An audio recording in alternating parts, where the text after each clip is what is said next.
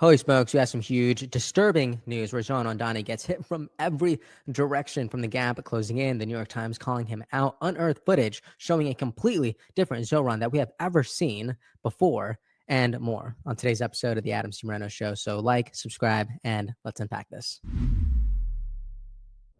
So the New York Times drops this story saying that Mamdani, the self-proclaimed Democrat socialist and frontrunner, identified as Black on his college application. He said that the form didn't allow for the complexity of his background since he was born in Uganda to Indian parents. But look at what the Times themselves discovered. They write that the Times could not find any speeches or interviews in which Mr. Mamdani referred to himself as Black or African American. And Mr. Mamdani said that the college applications were the only instances where he could recall describing himself as such. So the only time he chose to identify this way was in order to get him an edge and help him get into college. Wow, that is what people are saying. Now, is that a stretch? You know what? Maybe a little bit. I'm actually a bit understanding of this because if you have a rich history, you just won't be able to tell that whole story on the form. But here's where I get a lot more concerned.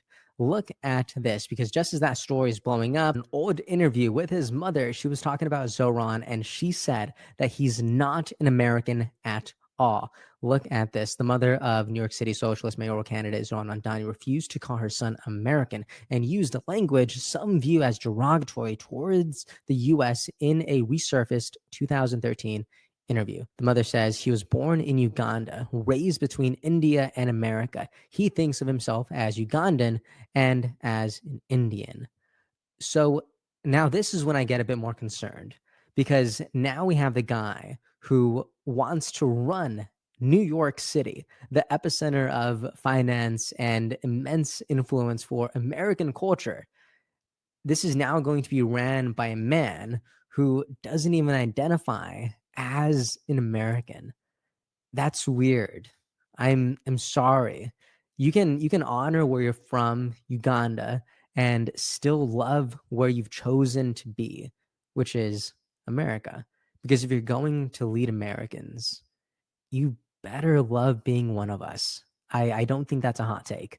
All right, rant over. That did bother me though. Now check this out. According to new polling, Mamdani is still leading the race, but only barely behind Andrew Cuomo, because he is sitting at 40.6%. Andrew Cuomo is sitting at 34%.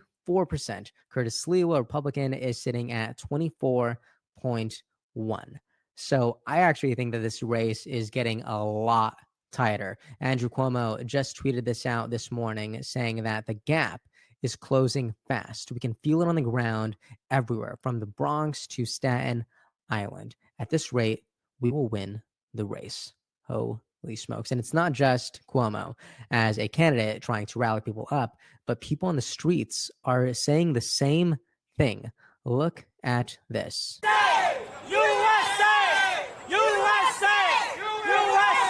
From a bunch of people chanting USA to saying no to Zohran Mamdani, they are just standing their ground, waving Trump flags left and right, and just really making sure that their voices are heard. And it is very anti-Zohran Mamdani, but if you ask me, that's probably a good thing. And as that was hitting, look at this video that went mega viral, showing a disheveled Mamdani with the caption reading, "No Western suit and tie, no polished smile, just pure hate." Look at this. I have never seen Zohran look like this, ever. It is insane. So who is ready to end the exception? I want to hear you say, not on our dime! Not on our dime! So this is not what Zohran needed, because these optics are absolutely brutal, if you ask me. But you know what? Hey, at least Zohran Mamdani is safe, because he has a security detail provided to him by the NYPD.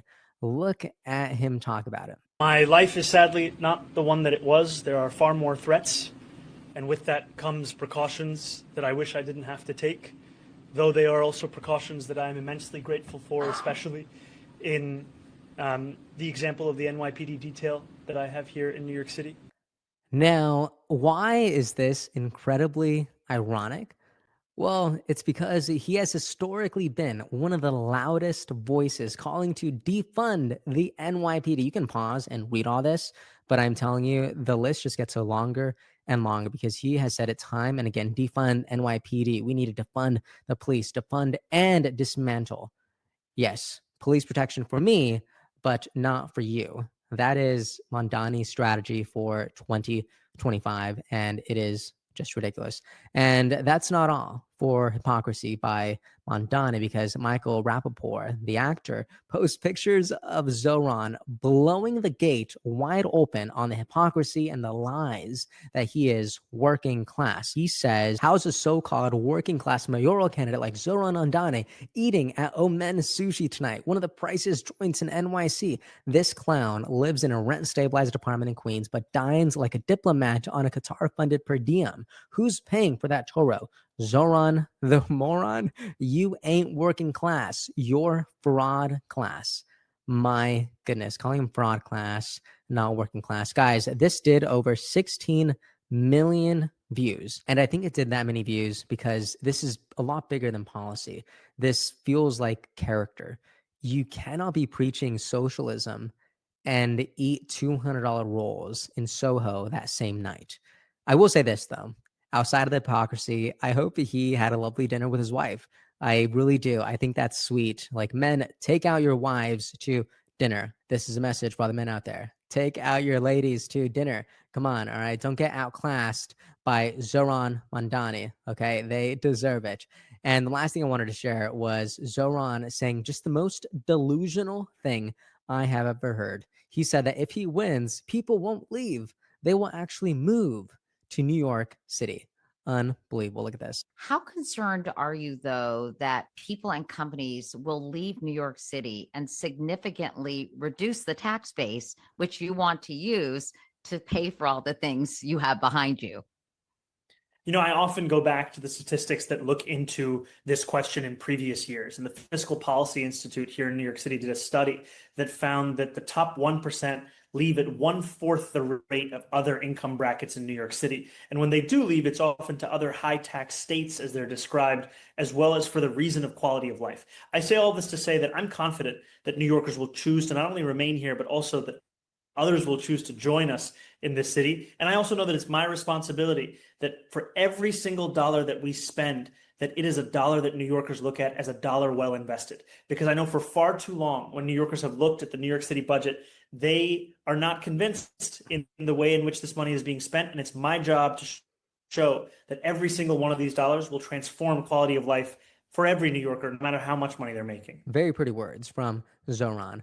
But I don't know what numbers he's looking at because, as I just shared yesterday, according to new reports, over 25% of New Yorkers would consider fleeing New York City if Zohran Mamdani wins. And it goes on to say that they could reshape the city. So this is wild. 1 in 4 people. That is not a small number. So I don't know who you're going to believe, whether it's going to be the numbers and the data or the Zohran Mamdani. Anyways, that is the video. I'd love to know what you think about it. Can Zohran survive the controversy, or is this the beginning of the end? You tell me. And if you made it this far, please like, subscribe, and I will see you all next time. Episode's over already? Geez, that was fast. Well, they say beautiful things do not last forever, but feel free to watch and listen to another one of these episodes if you're interested in those conversations as well. Also, this next part is huge. Make sure to obliterate that like and subscribe button and turn on the notification bell so you never skip a beat. I also have a newsletter where we dive into the news, politics, and ideas that shape our future. If you're interested in signing up, I'd really appreciate that. Anyways, that's the end of this episode. Thank you so much for watching and listening, and I'll see you next time.